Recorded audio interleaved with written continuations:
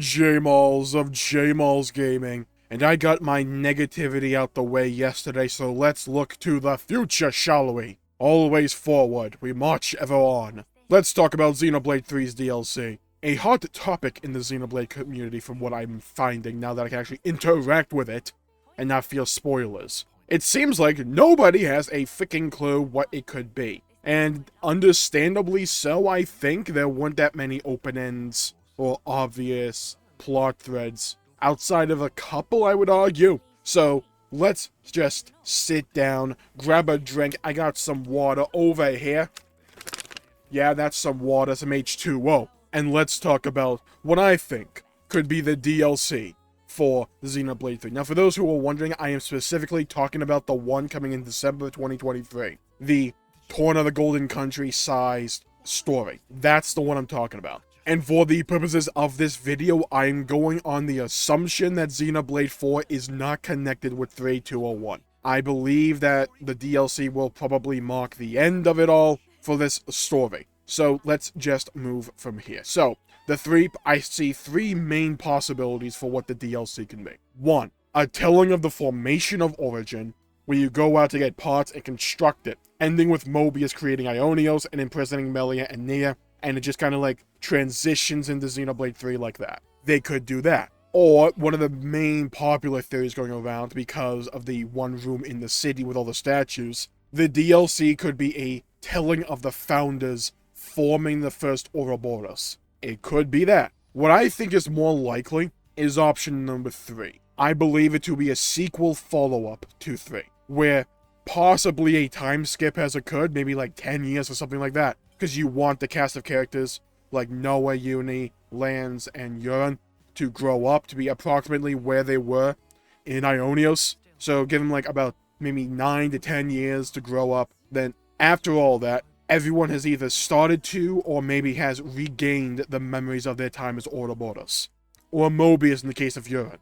So maybe like either through dreams or incrementally over time, or once they get to their age they were in Ionios, bang, they get all their memories back in like a flash. They could go like that. And, you know, a couple of reasons this could be, maybe because they were interlinked with, and they were Ouroboros and Mobius, so maybe that has something to do with it. Maybe because they touched Origin, in which case it's kind of like exclude Yuran unless you count him being Mobius. Like, that could be the case. Hell, they may have already kind of like hinted at the fact that Noah hasn't forgotten everything, as well as Mio, because you have the diary with Mio, right? But we don't know when she's writing that diary, because she could be writing that diary in the DLC time, right? Like, there could be a time skip. Like, that could be what it is. And then we'll see her writing the diary and, like, writing those chapter notes in the DLC. Like, reliving the events of Xenoblade 3. That could be it. But we also see Noah recognizing the sound, or at least hearing and following the sound of the Agnian Offseer, that's what it is. Which sounds like Mio's flute. I'm going to assume it's Mio's flute. And he's following that sound at the very end in that post-credit scene, and then automatically, like in the span of a frame, like one bird passes the screen, and he disappears. That was intentional in my opinion. You could read it as possibly more metaphorical instead of being literal. I choose to believe it to be more literal. I think that's the case. I think they're clearly foreshadowing the DLC with that choice. Or they just wanted to be really vague about the ending. That could be the case. But assuming that the DLC is a sequel, there's a couple of ways it can go, at least in my opinion. It could be that they are trying to construct a portal because they have these memories back, or at least these scattered images and memories, and they want to reconnect. That they can try and construct a portal or means of transport between each world, and the DLC maybe ends with them succeeding and Mio telling Noah, hey, I remember your face, or it's good to see you again, hard cut the credits. Or like they start moving towards each other and then like hard cut the credits, something like that. They could also go for a bit of a more vague ending, with either them successfully harnessing light to communicate, which we know is a possibility, because that's how Nia and Melia were able to construct Origin, by talking with each other through the use of light. So maybe they can find a way to use light again to communicate with each world, and the very end of the DLC is them figuring out a way, and then like a transmission comes through, it's like saying, it's been a long time, or hello, something like that. And then it just hard cuts there, and it's up to us to assume that eventually they reconnected. Now, personally, of these three possibilities for what the DLC could be, either the formation of Origin, a telling of the Founders, or the sequel, I vastly prefer the sequel. I don't think we really need to know the construction of Origin, since we got what we needed with that cutscene with Nia. Do we really, is there any story to really tell there that we feel is absolutely pivotal for us to know? I don't think there is. Same thing, I had the same thing with the Founders, though a lot of people seem to be leaning towards it being the Founders. I just disagree. Or maybe it's just personal interest I don't have with the Founders. Because here's my thing, right? I just don't think we need a telling of the Founders. And leaving it being kind of vague and up to legend, I think is okay. But also, I believe if you do the Founders, or even if you do the formation of Origin less so, but a telling of the Founders, because that would have to be a story inside Ionios, it just feels counterproductive to the message of 3, to the message of Xenoblade 3. Like, it's only appropriate with the theme of 3 for the DLC to be a follow-up, to be a sequel, and us looking to the future, marching ever forward, not backwards, or focusing on the eternal present, which was Ionios. It would be contradictory to that message, in my opinion, if it was anything other than a sequel. We know Eminen's downfall. We don't need to see that again. We had that with Chapter 5.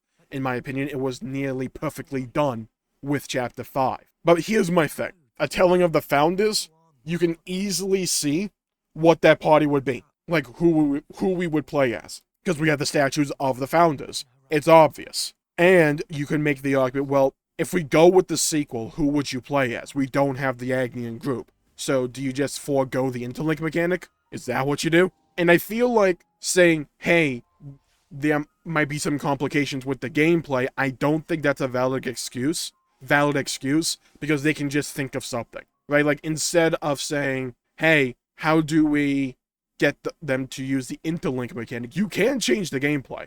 For those who don't remember, Xenoblade 2 Torna did fundamentally change the gameplay of 2. It was a spin on it, but it was fundamentally different. You can do something similar with 3, and 3's DLC. You can do that. Maybe, instead of interlinking, they summon, like, a mech that the forces of Bionis or all the rest, whoever we're playing as at the time, have at their disposal. Maybe it could be something like that.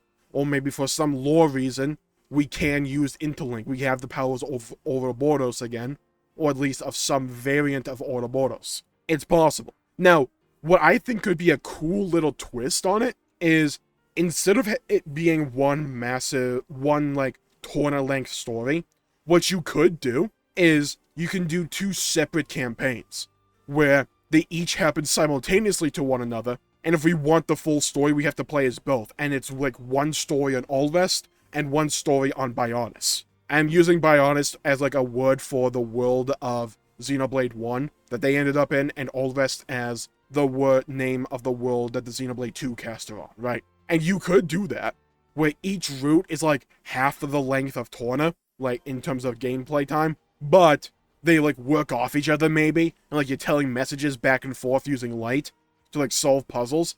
I think that could be pretty cool. Now, I think that's a little bit of potential there.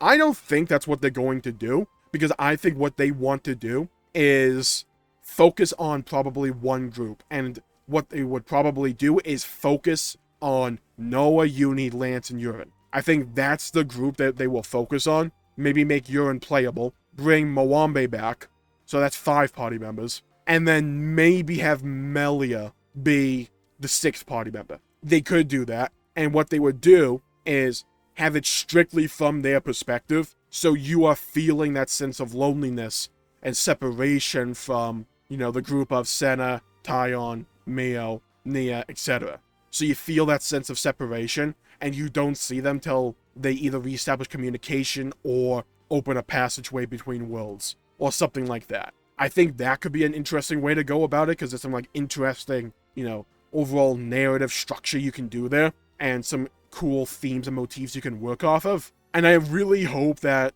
the sequel at least gives them their memories of their time on Ionios back. At least in some part. I really hope that's the case, because I never really like it when an entire story kind of just happens, and then at the end of it, no one remembers it. It always kind of lessens the value of it, at least to me, because they don't remember what they learned. I think there's a way to do this DLC where it doesn't detract from the message 3 was trying to instill, while instead of detracting from it, it possibly adds to it. There's a way to go about this. Now we open up a couple of doors here. It depends upon like what Xenoblade 4 is. Because if 4 is truly at the start of a completely separate saga to what's coined as the Klaus saga, then the DLC really is that final bookmark, the final page in this entire saga. But if it isn't, and if 4 works off of this world, or at least this universe, well, there's some possibility there. Because we know that reconnection of those two universes could be a threat that possibly happens again. All the writers would have to do is write it to be a threat again. They could do that. And maybe Xenoblade 3 was all about letting things play out, not being caught up in the now, and moving forward, right? Xenoblade 4 could be, instead of what we did with 3, which was we used Origin to let those two universes go their separate ways, 4 could be, hey, we need to find a way to actually merge these universes back together, because we can't go on with this cycle of using Origin or whatever. They can write it whatever they want. That's only if 4 is a continuation of this universe, of this saga. I'm not convinced it will be. I think it's more likely that 3's DLC will be the finale of the Klaus saga. I think that's more likely than not. But if 4 is a continuation in some form, it doesn't have to be with these characters, it could be like down the line or whatever, then the only logical place to go, at least to me, would be to find a way to permanently combine these universes to where no one gets obliterated or destroyed. I don't know what way they're going to go about this. I feel like we need to see what the DLC actually is. I need this trailer to come out, and it's probably not going to be we're probably not going to have a trailer for it for a long time. Probably at least 6 months, probably close to like 8. Probably not till like summer of next year. That's what I'm thinking at least. But I'm really interested to see where they go with the DLC. I just hope it's at least a sequel. Because if it's not, that just feels contradictory to the theme, the message of 3. So yeah, those are my thoughts, my theory crafting, my predictions for what the Xenoblade 3 Winter 2023 DLC could be about. If you have your own theory, or maybe you agree with one of the ones I listed here today, leave a comment down below with your thoughts, your opinions, what you believe to be the future of Xenoblade 3's DLC. And what do you and if you're feeling a little bit extra, you're feeling a little bit out there, you're ready to like put some thoughts out there, you want to say, hey, I'm gonna call it now, calling my shot. I don't call net, I call game. What do you think Xenoblade 4 could be about? At least thematically. That's what I need to think about. I'm not sure what theme it would actually tackle. Maybe being too scared of the future, or like some negative aspect of thinking about the future. Maybe it could be something like that. So thank you for tuning in. My pleasure making the video. And while you're down there leaving your comment, please leave a like and subscribe. It really helps the channel out and helps support future content, and I greatly appreciate it. Stay safe out there, everybody. Have a great day, and I'll see you all next time. Bye-bye, everybody.